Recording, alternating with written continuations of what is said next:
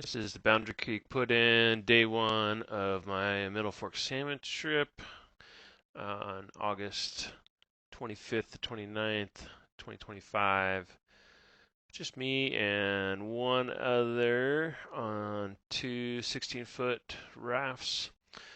Just to show you a little bit of how challenging it is at 1.55 feet. Launching out of Boundary Creek, there was maybe 10 boats in the water, not very crowded at all, which is nice, all privates.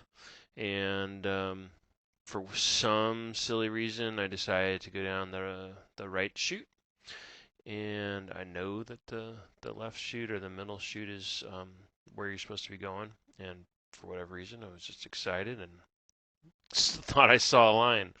So yeah, eventually got through that first section. Second section, you end up running into kind of a closed off line of rocks that guard the bottom exit. Maybe if you're really in control, you can kind of dive to the left there. But yeah, it's so tight, you really don't have a lot of control. So end up spinning me around and basically just stuck. You can see Larry there going down the proper path, and even he got stuck here in a little bit. But this is what I expected. We had a really long day planned, 28, 29 miles. I didn't want to go that far, but that's the camp we got. I was hoping for maybe 15 to 20 miles, but so we had an early start. 8:30 were the first ones out of the gate, and I'm sure they were having a good time watching me get stuck right here on the first rapid and thinking there's no way these guys are going to make it. So yeah, it took some effort. Got out, had to basically physically move the boat over the rocks. Um, at that point, there's really no other path other than dragging it back up. So yeah, luckily, we went light, we went really soft, and um, being relatively strong, I was able to manhandle a boat over the rocks. And then you go from one stuck to another rock, and just kind of pinball your way down.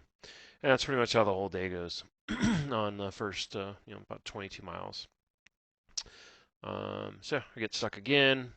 This time, at least I don't have to get out. I'm just kind of using the oars, trying to go back and forth, try and change the angle of the boat, trying to spin off, do a little bouncing, try and get it to slide.